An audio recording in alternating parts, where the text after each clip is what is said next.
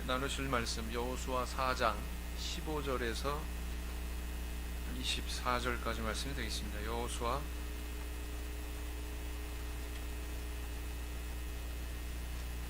4장 찾으셨으면 다 같이 한 목소리로 읽겠습니다. 15절 여호와께서 시작. 여호와께서 여호수아에게 일러 가라사대 증거궤를 맨 제사장들을 명하여 요단에서 올라오게 하라 하신지라. 여호수아가 제사장들에게 명하여 요단에서 올라오라 하매 여호와의 언약궤를 맨 제사장들이 요단 가운데서 나오며 그 발바닥으로 육지를 밟는 동시에 요단 물이 본 곳으로 도로 흘러 여전히 언덕에 넘쳤더라. 정월 10일에 백성이 요단에서 올라와서 여리고 동편 지경 길갈에 진침해 여호수아가 그 요단에서 가져온 12돌을 길갈에 세우고 이스라엘 자손들에게 일러 가로되 후일에 너희 자손이 그 아비에게 묻기를 이 돌은 무슨 뜻이냐 하거든 너희는 자손에게 알게 하여 이르기를 이스라엘이 마른 땅을 밟고 이 요단을 건넜음이라. 너희 하나님 여호와께서 요단 물을 너희 앞에 마르게 하사 너희로 건너게 하신 것이 너희 하나님 여호와께서 우리 앞에 홍해를 말리시고 우리로 건너게 하심과 같았나니 이는 땅의 모든 백성으로 여호와의 손이 능하심을 알게 하며 너희로 너희 하나님 여호와를 영원토록 경외하게 하려 하심이라 하라. 성도님들 평안하셨습니까? 어저께 온라인 예배를 다 참석하셨죠? 저는 누구 참석했는지 다 알아요.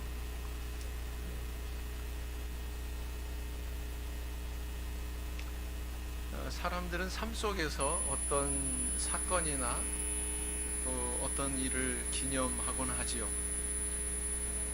그런 것을 제일 잘 나타내는 것이 아마 우리 젊은 사람들, 요즘엔 젊은 사람 남녀노소 할 것 없이 여행 가거나 그래서 어떤 특정한 자기가 좋아하는 장소에 이르게 되면 거기서 이것을 반드시 남깁니다. 뭘까요? 인증샷. 자기 얼굴이 꼭 나와야 돼요. 그죠?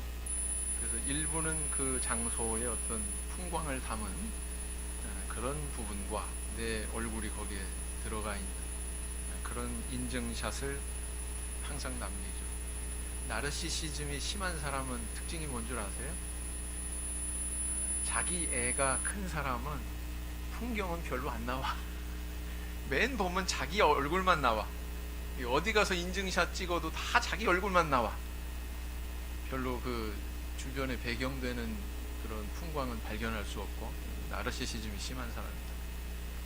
자, 이게 사람만 이런 성향이 있는 것은 아닌 것 같습니다. 왜 하나님께서도 또 성경의 여러 그 위인들도 때로는 어떤 것을 기념해라 이렇게 명령하시기도 하시고 또 그 선지자들 같은 경우에는 어떤 일을 기념해서 기념비를 세우기도 하시고 이런 사안을 우리는 발견하게 되죠.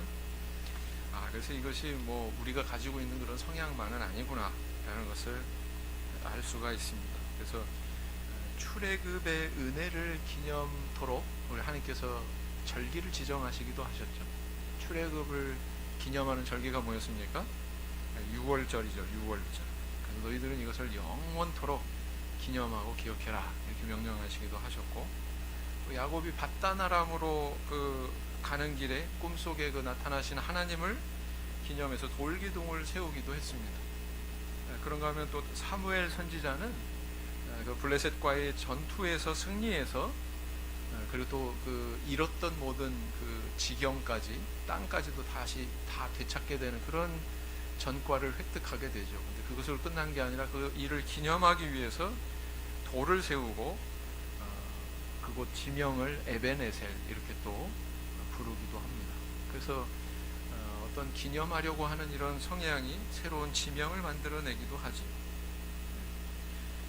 사무엘상 7장 12절 말씀을 보겠습니다. 사무엘상 7장 12절.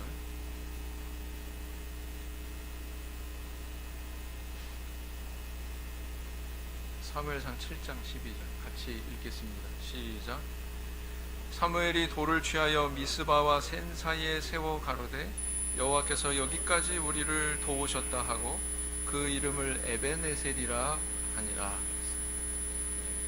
오늘날 우리에게 어떤 하나님께서 부어주신 은혜가 있었다면, 예를 들어서 세례를 받거나 기도의 응답을 체험하거나, 아니면 내가 어떤 큰 환난과 고통에 처했는데 하나님께서 거기서 헤어나올 수 있도록 특별한 은혜를 주시거나, 이런 경험을 할 때 우리는 어떻게 그 은혜의 기념비를 세우고 있습니까? 전혀 세우고 있지 않지는 않는지. 사실 이 기념비는 하나님이 살아계시다고 하는 사실을 세상에 증거하는 얘기도 합니다. 우리 신앙인이 조심해야 되는 것 중에 하나가, 자칫 이게 꼭 내 공로 때문에 내가 잘나서 그것이 형통하게 된 것으로 이렇게 착각하는 경우가 있단 말이죠. 그런 우리의 연약함을 일깨우기 위해서라도 어찌 보면 우리 삶 속에 이런 기념비를 세우는 것은 필요하다, 이렇게 볼 수 있습니다. 그래서 오늘 본문에 보면 3장부터 어떤 사건이 쭉 이어지고 있냐면은, 이스라엘 백성들이 요단강을 건너게 됩니다.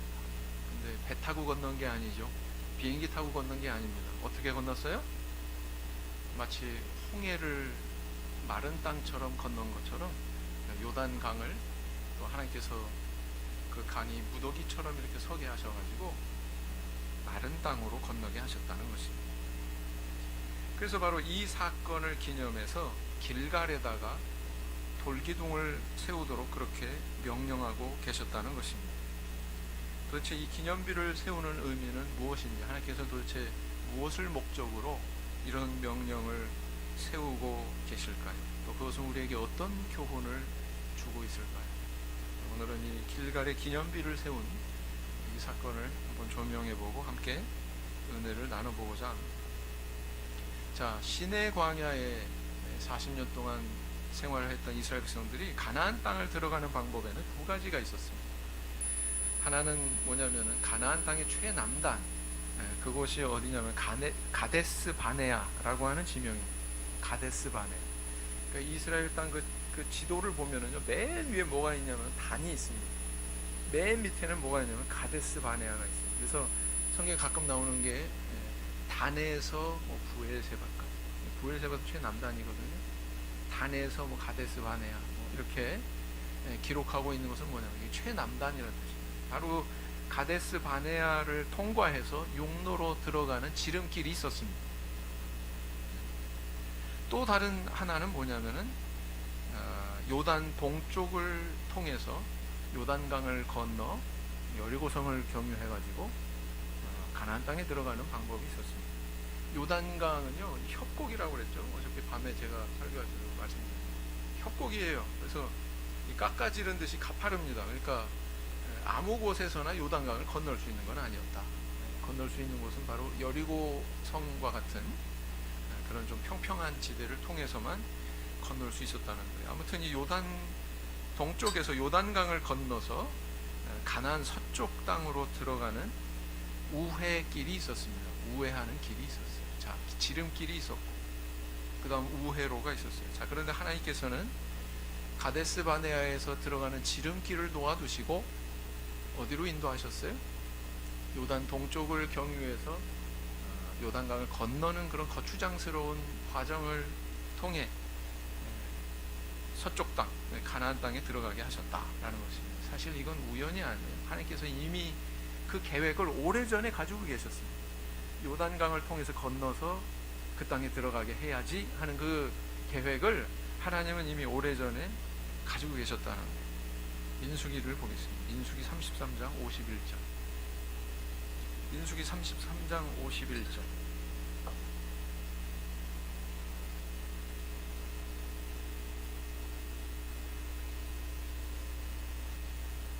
민수기 33장 51절 같이 읽겠습니다. 시작. 이스라엘 자손에게 말하여 그들에게 이르라.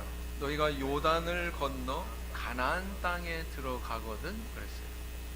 그 다음 35장 10절에 또 나와 있습니다. 35장 10절 시작. 이스라엘 자손에게 말하여 그들에게 이르라. 너희가 요단을 건너 가나안 땅에 들어가거든 또 그랬습니다. 자, 여기 두 구절만 봐도 뭘 알 수 있어요? 이미 우리 여호와 하나님께서는 이스라엘 백성들이 가데스 바네아에서 곧바로 가는 길이 아니라 어떻게? 요단 동쪽을 통해서 요단강을 건너서 가나안 땅을 들어가도록 계획하고 계셨다. 이미 그 사실을 반영을 하고 있죠. 그래서 우리가 가만히 살펴보면 우리는 지름길을 좋아해요. 그렇죠? 지름길을 우리는 좋아합니다. 그리고 그것을 찾아서 항상 노력하죠. 빨리 부자 되고 싶고, 빨리 진학하고 싶고, 빨리 졸업하고 싶고, 빨리 취업하고 싶고, 빨리 재산 축적하고 싶고, 빨리 집 사고 싶고, 빨리 차 사고 싶고, 그죠? 누가 한국 사람 아니랄까봐 빨리. 우리는 그 빠른 길을 추구합니다. 그런데 위험할 수가 있죠. 우리 하나님께서는 어떤 길을 허락하시느냐? 좀 돌아가는 우회로라고 할지라도 안전한 길로 가게 하신다는 거예요. 안전한 길. 그래서 그것이 만약에 사실일 것 같으면 우리는 우리 인생을 바라보는 눈이 조금 바뀌어야 된다는 거예요. 우리의 계획이나 우리가 실현해 나가려고 하는 것에 대해서 조금 우리 하나님의 관점에서 좀 바라봐야 됩니다. 가데스 바네아로 왜 인도하시지 않았는 줄 아세요? 그쪽 길로 가면 블레셋 족속이 떡 버티고 있어요. 전쟁이 일어납니다. 전쟁이 일어나면 어떻게 해요? 뉘우쳐서 어디로 간다고요? 어디로 돌아간다고요? 애굽으로 다시 돌아갈까봐 하나님께서 그 길로 인도하지 않으신다. 근데 이스라엘 백성들은 그런 미래를 바라볼 줄 몰랐던 거예요. 그래서 하나님께서 이렇게 인도하셨다. 다시 말하면 안전한 길로 인도하시고, 안전한 길. 만약에 그런 사실이 그러하다면 우리도 하나님께서는 이스라엘 백성들을 위해서 이렇게 예비하셨던 것처럼 내 인생에 대해서도 그렇게 예비하고 계시겠지. 지름길이 아니라 안전한 길로. 그렇게 받아들일 수 있지 않을까요? 그렇게 믿을 수 있지 않을까요? 네. 그렇게 생각할 줄 알아야 돼요. 자, 그래서 그런 길로 인도하시는데 이 하나님께서 이 요단을 건넌 그 사건을 그냥 무심하게 지나치는 게 아니라 이걸 기념하게 하셨다는 거예요. 기념하게. 어떻게? 네? 어떻게 해요? 이스라엘 백성들이 건넌 그곳에 12개의 돌기둥을 세우게 하셨어요. 12개의 돌. 그리고 그곳 지명을 길갈이라고 이렇게 부르게 하셨습니다. 그래서 12개의 돌이 요단강 중앙에도 세워지게 됐고요. 그 다음 다 건넌 다음에 무추로 나와서 그곳에도 또 12개의 돌을 세우게 하셨습니다. 제사장들의 발이 머물렀던 곳은 요단강 중앙일 거 아니에요. 물속일 거 아니에요. 지금은 합해졌어요. 거기다가도 12개 나와가지고도 돌을 12개 이렇게 세우게 하셨다는 것입니다. 여호수아 4장 8절을 보겠습니다. 여호수아 4장 8절.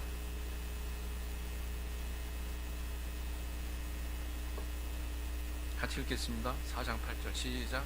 이스라엘 자손들이 여호수아의 명한 대로 행하되 여호와께서 여호수아에게 이르신 대로 이스라엘 자손들의 지파수를 따라 요단 가운데서 12돌을 취하여 자기들의 유숙할 곳으로 가져다가 거기 두었더라. 9절. 여호수아가 또 요단 가운데 곧 언약궤를 맨 제사장들의 발이 선 곳에 돌 12를 세웠더니 오늘까지 거기 있더라. 그랬죠? 그렇습니다. 자, 우리는 이 돌기둥을 세우는 모습에서 무엇을 읽어낼 수 있습니까? 성경은 요단강을 건넌 이 사건에 대해서 매우 중요하게 여기고 있다는 거예요. 아니, 그보다 근본적으로 하나님이 이 사건에 대해서 굉장히 중요하게 여기고 계시고 또 그렇게 취급할 것을 요구하고 계시다는 거예요. 이스라엘 백성들. 소위 기념비적인 사건이라는 거죠. 기념비적인 사건. 자, 그러면 이 기념비를 세운 이 일을 통해서 하나님께서는 이스라엘 백성들에게 뭘 교훈하고 있을까요? 더불어서 오늘날 우리에게는 어떤 교훈을 주시고 있는 것일까요? 첫째는 뭐냐면은 하나님께서 우리에게 부어주신 은혜를 망각하지 말라라는 것입니다. 여호수아서 4장 20절을 보시면 여호수아가 그 요단에서 가져온 12돌을 길갈에 세우고, 돌을 세우되 그 장소에 한 개를 세운 게 아니고 두 개를 세운 게 아니고 몇 개를 세웠어요? 12개를 세웠습니다. 12이라고 하는 이 숫자는 무엇과 일치하고 있습니까? 이스라엘 12지파와 일치하고 있죠. 그래서 12개의 돌을 세웠다라고 하는 것은 이 이스라엘의 12지파가 동일하게 하나님의 은혜를 입었다. 그리고 동일하게 그들은 그 은혜를 기억해야 된다라는 것을, 기념해야 된다라는 것을 의미하고 있는 것이죠. 그래서 이렇게 하나님께 은혜를 입은 자들의 신앙을 가만히 관찰해 보면 기념비를 세우는 경향이 있더라고요. 아브라함은 어떠했습니까? 아브라함은 가나안 땅에 딱 들어가서 하나님께서, 야, 내가 이 땅을 네 자손에게 줄게. 약속이 임하니까 거기다 뭘 했어요? 기념해서 단을 쌓았어요. 단. 뭘로 쌓았을까요? 돌로. 옛날에 돌로 단을 쌓았단 말이에요. 그리고 또 약속 주시면 또 단 쌓고, 약속 주시면 단 쌓고. 이게 믿음의 조상들이 나타낸 태도였어요. 이 단이 나중에 어떻게 됩니까? 출애굽 시대에 가면 성막이 되고, 솔로몬 시대에 가면 성전이 되고, 신약 시대에 와서는 뭐가 되는 거예요? 교회가 되는 거죠. 그죠? 그래서 이 아브라함이 때로는 이렇게 믿음이 항상 견고한 것은 아니었습니다. 그가 애굽에 내려갔던 때가 있었어요. 애굽에 내려갔다는 것은 어디를 떠났다? 가나안 땅을 떠났다. 가나안 땅을 떠났다는 것은 뭐예요? 하나님의 약속을 떠났다 라는 의미입니다. 왜요? 이 가나안 땅을 주겠다고 약속하셨는데 그것은 뭐 아랑곳 없이 그냥 내려가 버린 거거든요. 근데 그가 애굽에서의 자기의 실수를 뉘우치고 다시 가나안 땅에 돌아왔을 때 가장 처음 한 일이 뭔 줄 아세요? 가장 처음 한 일이 아브라함이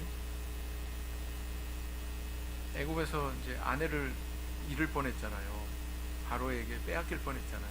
하나님께서 개입하셔가지고 극적으로 구해주셨는데, 그로 인해 가지고 다시 신앙을 회복하고 가나안 땅에 도달했을 때 가장 처음 한 일이 뭐냐면, 처음 단을 쌓은 곳에 찾아가서 여호와의 이름을 불렀더라, 이렇게 기록하고 있습니다.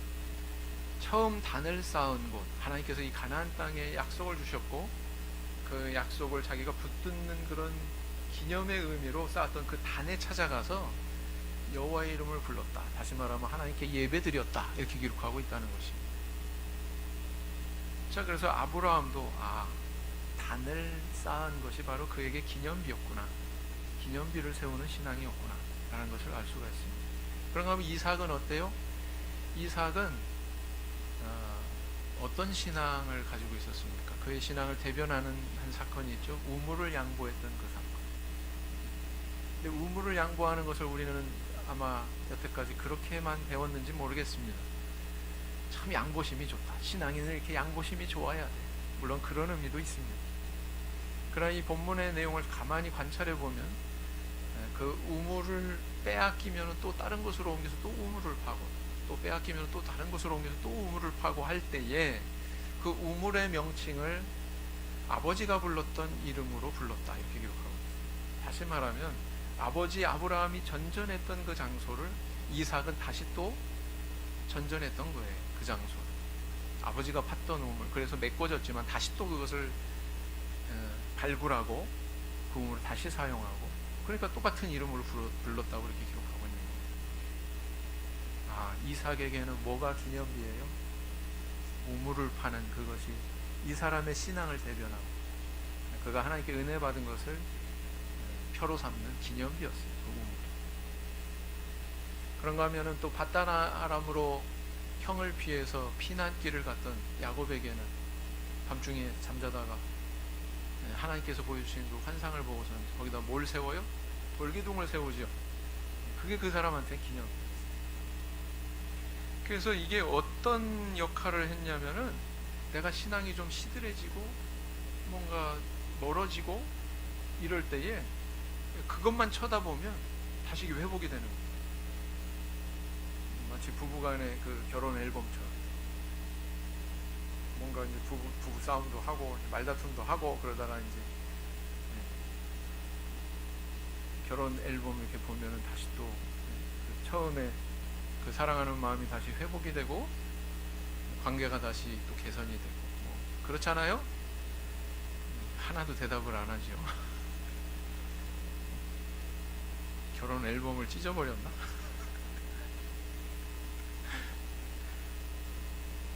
그게 기념비의 역할이라는 거예요. 그게. 그래서 내가 뭔가 넘어지고 엎어지고 좌절하고 그랬을 때 그것만 쳐다보면 내 죽었던 그 신앙이 다시 되살아나고 시들해진 그 신앙이 다시 생기를 돋우게 되는 그 무엇이 있어야 된다는 것이, 그것이 바로 기념비죠. 우리 성도님들의 기념비는 뭡니까? 이 분당을 거쳐가신 목사님 한 분 계셨어요. 그 목사님이 허리가 안 좋으셨어요. 평상시 운동하고 담을 딱 쌓고 사시는 분이고, 그래서 이제 이분이 한참 고생하다가 저기 서울에 있는 병원에서 디스크 수술을 하게 됐습니다. 오전에 병원에 간 분이 제가 오후에 갔더니 벌써 나왔더라고요. 수술 끝나고 나오셨어요. 참 의료기술이 대단하다.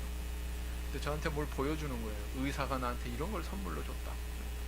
보여주시는 거예요. 뭐냐면은 요만한 약병, 주사약 넣는 그 병 있죠? 거기다가 무슨 체성분 같은 게 잔뜩 들어있는데 그걸 저한테 피가 막 섞여 있는 걸 보여주는 거예요. 아, 이런 걸 왜 나한테 보여줘요? 이게 바로 내 몸에서 나온 거라. 의사가 이거를 병에 담아서 주면서 이게 당신 몸에서 나온 디스크 조각이다. 앞으로 운동 열심히 안 하고 게으른 생각 들고 막 그러면 다시 또 이렇게 수술할 수 있다고 하는 것을 생각하게끔, 경각심이 들게끔 이거 잘 보관하시라고 음식을 주었대요. 그래서 또 이렇게 또 마음이 게을러지고 운동 게을리하고 막 이런 상황이 되면 그걸 보면서 이제 다시 또 마음을 다잡는다는 그런 것들이 있어야 된다는 겁니다. 우리 성도님들 신앙생활하다가 때로는 믿음의 시련이 임하는 순간이 있어요. 없는 사람 하나도 없습니다. 다 있습니다. 믿음의 시련 왜 없어요? 다 있지. 바다에 나간 사람이 뭐 파도 한 번 만나지 못하나? 다 있어요. 망망대해 여러분들은 다 지금 배를 띄우고 있는 그런 존재들이기 때문에 다 파도 만날 수 있다라는 거예요. 그런데 그 어려움 당할 때 하나님께서 주신 그런 은혜의 기념비, 믿음의 기념비가 우리에게 있어야 된다라는 것입니다. 그것이 중요한 일이기 때문에 하나님께서 이스라엘 백성들한테 길갈의 기념비를 세우게 하신 거예요.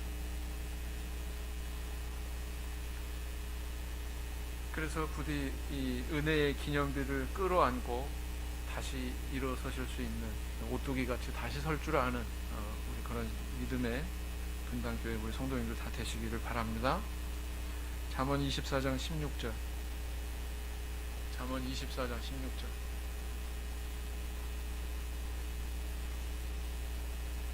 잠언 24장 16절 같이 읽겠습니다. 시작. 대저 의인은 7번 넘어질지라도 다시 일어나려니와 악인은 재앙으로 인하여 엎드러지느니라. 자, 그 다음에 이제 두 번째, 이 기념비를 세우신 목적은 뭐냐면은 그 의미는 바로 자녀들에게 너와 동일한 신앙을 계승시켜라, 이런 뜻이다 라는 것입니다. 자녀들한테 너와 동일한 그 여호와 신앙을 계승시켜라, 이런 의미로 세우게 하셨습니다. 21절 다시 본문 말씀으로 돌아서 보시면, 이스라엘 자손들에게 일러 가로되 후일에 너희 자손이 그 아비에게 묻기를 이 돌이 무슨 뜻이냐 하거든. 길갈에 돌을 세우라고 하신 후에 하나님께서 미래에 예측하신 상황이 있어요. 그건 뭐냐면은 자녀들이 부모한테 질문한다는 거예요. 이 돌이 도대체 무슨 뜻이에요? 이렇게 질문을 해온다면은 너희들은 이렇게 저렇게 대답을 해라, 이렇게 명령을 하고 계신 거죠. 앞으로 태어날 2세 또 3세 이런 자녀들의 신앙에 대해서, 그 교육에 대해서 지금 말씀하고 있는 것입니다. 자녀들에 대한 신앙교육의 목적으로 인해서 이 기념비를 세우라고 하신 거구나 라는 것을 알 수가 있죠. 우리 신앙은요, 우리가 사람이 가지고 있는 여러 가지 오감을 통해서 어떤 외부적으로 어떤 정보가 습득이 되는 걸 통해 우리의 믿음이 세워질 수가 있죠. 그죠? 근데 이게 좀 미흡하면 또 그게 또 그렇게 견고하게 세워지지 않는 경우도 있어요. 그래서 우리 하나님께서는 때로는 우리에게 교보제를 주십니다. 교보제. 우리를 교육하시는 적당한 그런 교보제를 주셔요. 이 기념비가 뭐냐? 일종의 교보제다. 이렇게 볼 수가 있는 거죠. 눈으로 보고 체험하고 믿을 만한 그런 많은 기적들을 예수님께서 보여주셨었습니다.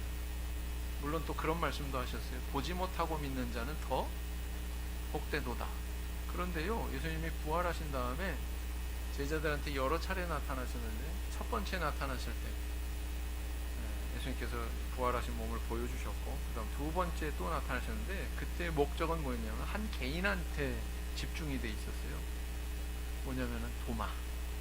왜? 도마가 의심했으니까. 그 도마의 그 믿음을 세워주시기 위해서 나타나셔가지고 내 손을 내밀어 가지고 내 손에 내 손을 넣어보고 손가락 넣어보고 옆구리에 네 손가락 넣어봐라 이렇게 말씀하시면서 믿는 자가 되라 이렇게 말씀하셨다. 그렇죠? 보지 못하고 믿는 자는 더 복되지만 예수님께서는 때로는 보아서라도 체험해서라도 확실한 믿음을 가져라. 이게 바로 예수님의 뜻이다 라는 것을 알 수가 있죠. 제가 전에 수년 전에 사해사본과 그리스도교의 기원들 그 용산 전쟁기념관에서 하는 특별한 전시회가 있어가지고 청년들 데리고 한번 갔는데요. 몇 주 전에 제가 다 설명했어. 그때는 제대로 이해도 못하고 받아들이지도 못하고 지루한 표정을 듣더니 그 눈앞에 야 이게 사해사본 모조품이야. 진품도 아니고 모조품이야. 이게 뭐야 저게 뭐야 이게 무슨 사본이야 막 이렇게 얘기하니까 제가 이제 좀 그쪽에 관심이 있어서 공부한 부분이거든요. 그래서 막 설명하니까 애들이 눈이 동그래져가지고 이 청년들이 눈이 동그래져서 막 그렇게 잘 배울 수가 없어요. 똑같은 얘기 몇 주 전에 했는데 눈에 보이고 안 보이고 차이가 이렇게 크구나. 이게 김세한 목자가 기를 쓰고 PPT 파일을 만드는 이유이기도 합니다. 눈에 보이는 거 훨씬 더 이해가 빠르고 확실하게 이해할 수 있는 그 상황을 만들려고 하는 거죠. 이렇게 눈에 보이는 그런 기념비도 있지만 또 어떤 이벤트가 또 기념비가 될 수가 있어요. 이벤트. 저는 그 이벤트 좋아하죠. 요즘 청년들 이벤트 좋아하죠. 유대인들 그 모든 유대인들이 가지는 이벤트가 있습니다. 그게 바로 뭐냐면은 성인식, 유대인 성인식. 여자는 12살, 남자는 13살이 되면 성인식을 치르게 됩니다.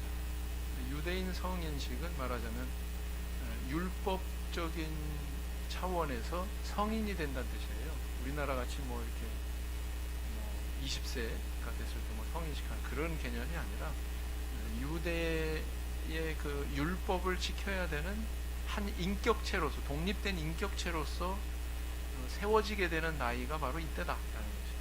12살, 여자는 12살, 남자는 13살. 밧 미츠바, 여자의 성인식을 밧은 딸이란 뜻이에요. 밧 미츠바 그러면 율법의 딸 이런 뜻이고, 바 미츠바 그러면 율법의 아들, 바는 아들이란 뜻입니다.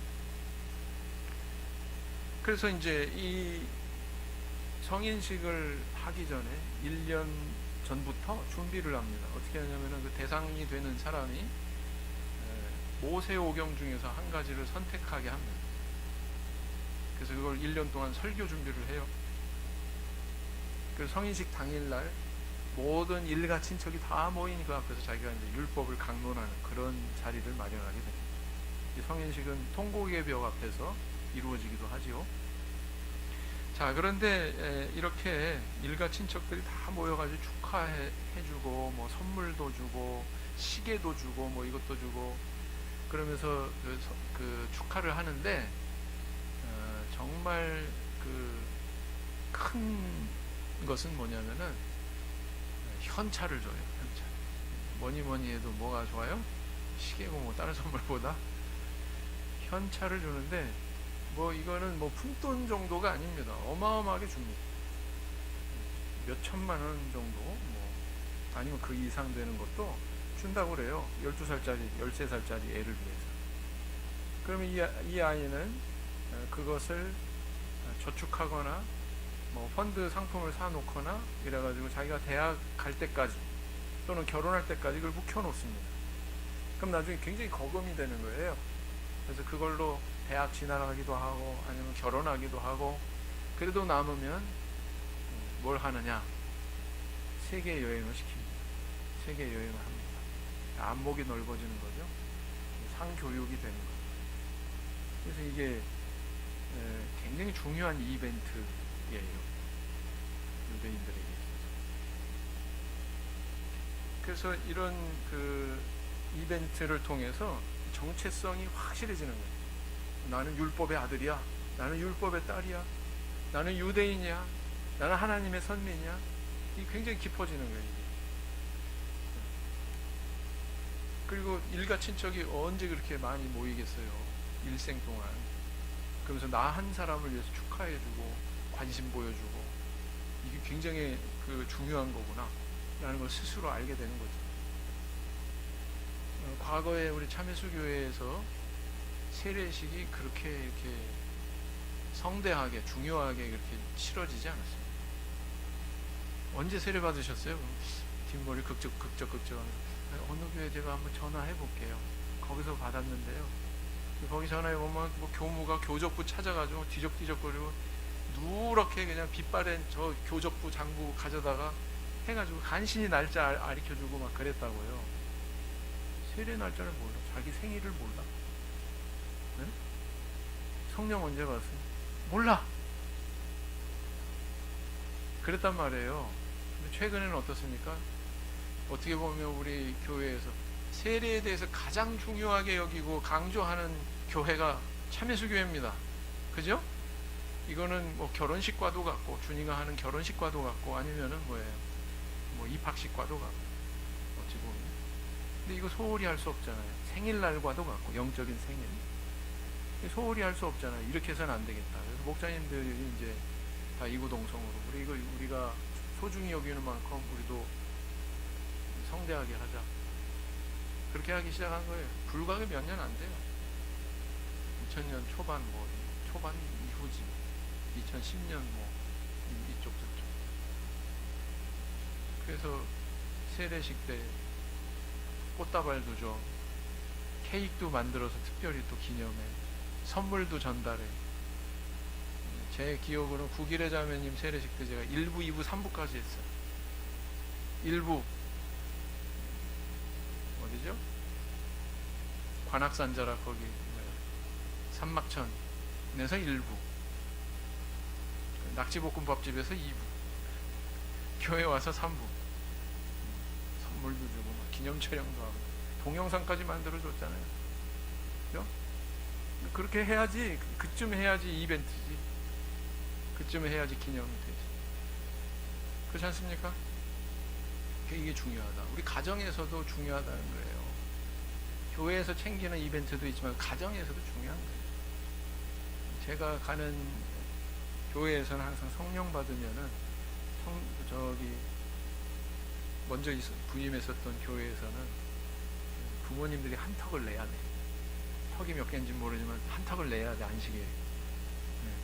그걸 당연히 알고 그렇게 교육했고, 자녀가 이렇게 그런 것을 경험하면서 내가 성령 받은 게 굉장히 중요한 일이구나, 이게 중요한 의미 있는 일이었구나 스스로 체감이 되는 거죠. 네? 이게 다 기념비를 세우는 신앙이라고요. 얼마나 기념비 세우고 계시냐고, 얼마나 중요하게 이걸 다루고 계시냐. 각 개인의 가정 안에서도 기념비를 세우는 신앙이 되시기 바랍니다. 그것이 바로 우리 부모님들의 노후를 행복하게 해줄 거예요. 행복하게. 왜요? 자녀들이, 내가 늙어서도 자녀들이 교회 잘 다니고 신앙생활 잘하고 교회생활 잘하고 있는 모습 보는 것만큼 행복한 일이 없어요. 장담합니다. 장담합니다. 정말 그래요. 그래서 우리 가정에서부터 이렇게 믿음의 기념비를 세우는 그런 우리 성도님들 되시기를 바랍니다. 네. 신명기 31장 13절.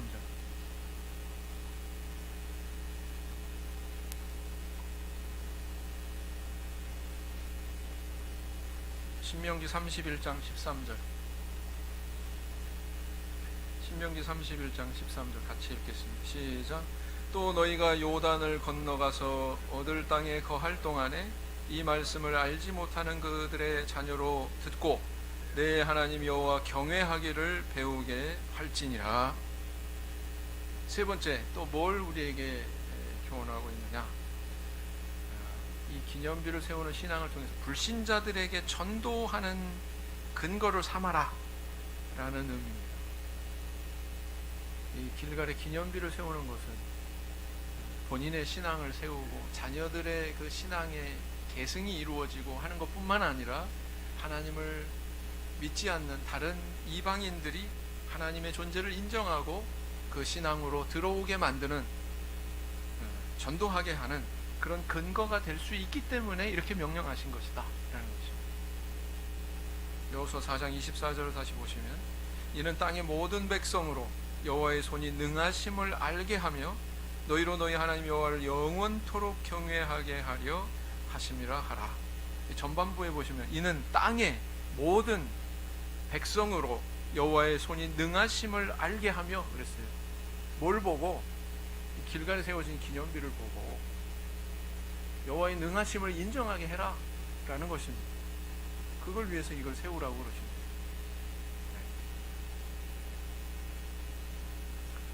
마치 기생나합이 홍해를 건넌 그 기적의 소문을 듣고 하나님을 상천하지 않은 이렇게 고백했었죠.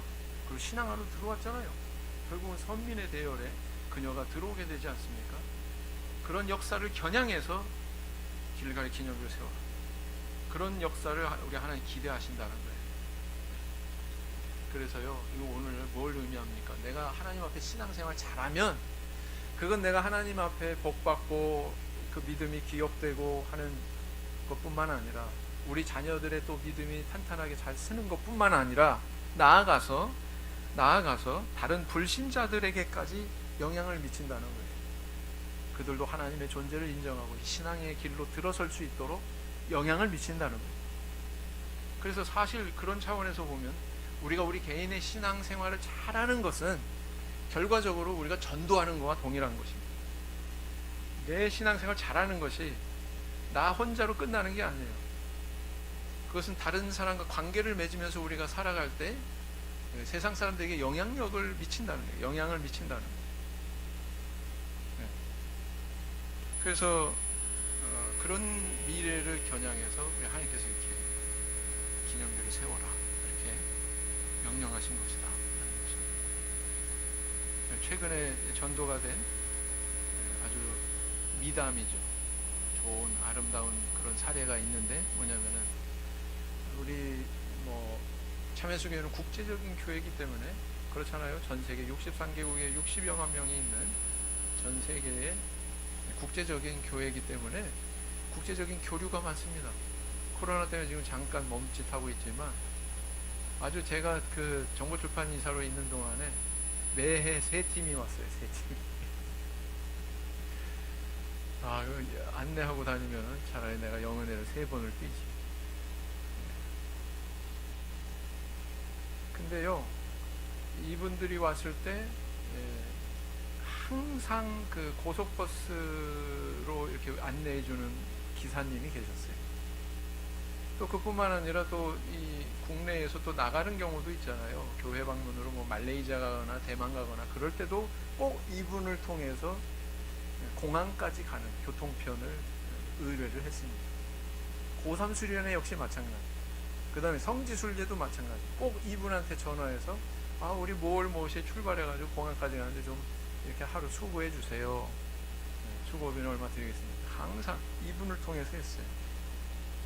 근데 이분이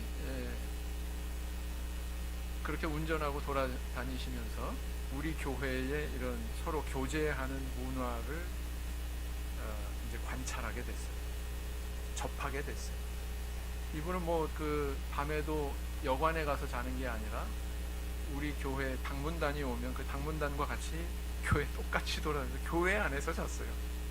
교회 안에서 잠자리를 따로 마련해 드리죠. 그리고 뭐 그 마치 그 방문단 손님들 대하는 똑같은 고용한 뭐 피고용인으로서 대한 게 아니라 마치 정말 믿음의 형제자매를 대하는 그런 마음으로 똑같이 대해준 거예요. 식사도 그렇고 잠자리도 그렇고 뭐 네. 그렇게 하니까 이분이 그거를 10여 년 넘게 이렇게 쭉 접해오신 거예요. 우리 교회 언제 전도 안 했어요. 근데 어느 날 대방교회 목사님한테 목사님 이제 좀 교회 나가려고요. 세례 받고 싶습니다. 그래서 세례 교육 다 받으시고요. 이분 한 분 위해서 세례식이 있었습니다. 올해. 그래서 믿음 안으로 들어오셨어요. 이분 성씨가 복씨인데, 그래서 이제 복기사님 이렇게 불렀는데 요즘에는 뭐라고 불러요? 복형제님. 복 받게 돼 있어, 성부터가 벌써. 그런 역사가 있더라는 거예요. 참 아름다운 비담 아닙니까? 아름다운 또 사례 아닙니까? 우리의 어떤 그런 신앙의 아름다운 모습이 이방인들한테 충분히 흠모의 대상이 될 수 있다는 거예요. 그렇죠? 네. 그래서 우리가 신앙생활 잘하는 것이 바로 그 이방인들에게 이렇게 영향을 줄 수 있는 그런 힘이 있다라는 것이죠. 그걸 위해서 우리는 길갈에 기념비를 세웠던 이스라엘 백성들처럼 열심히 우리 삶 속에 기념비들을 세워 나가야 된다. 하나님께서 어떤 은혜를 주신 것이 이거는 무엇이고 이런 기념비들이 우리 성도님들 일생을 통해서 많이 세워지길 원합니다. 하나님께서 은혜 주셨던 그 많은 은혜의 흔적들이 여러분들의 그 신앙의 앨범이 되길 원합니다. 그래서 인생의 황혼기에 이르렀을 때 정말 하나님께서 우리와 함께했던 우리 가족과 함께했던 그런 흔적들이 여기에 이렇게 남아있지. 그걸 뒤돌아보시면서 만족해 하시고 또 하나님 앞에 나아갔을 때 그런 모든 것들을 감사하고 또 칭찬받을 수 있는 저와 우리 성도님들 다 되시기를 예수님 이름으로 기원드립니다. 묵상기도 하시겠습니다.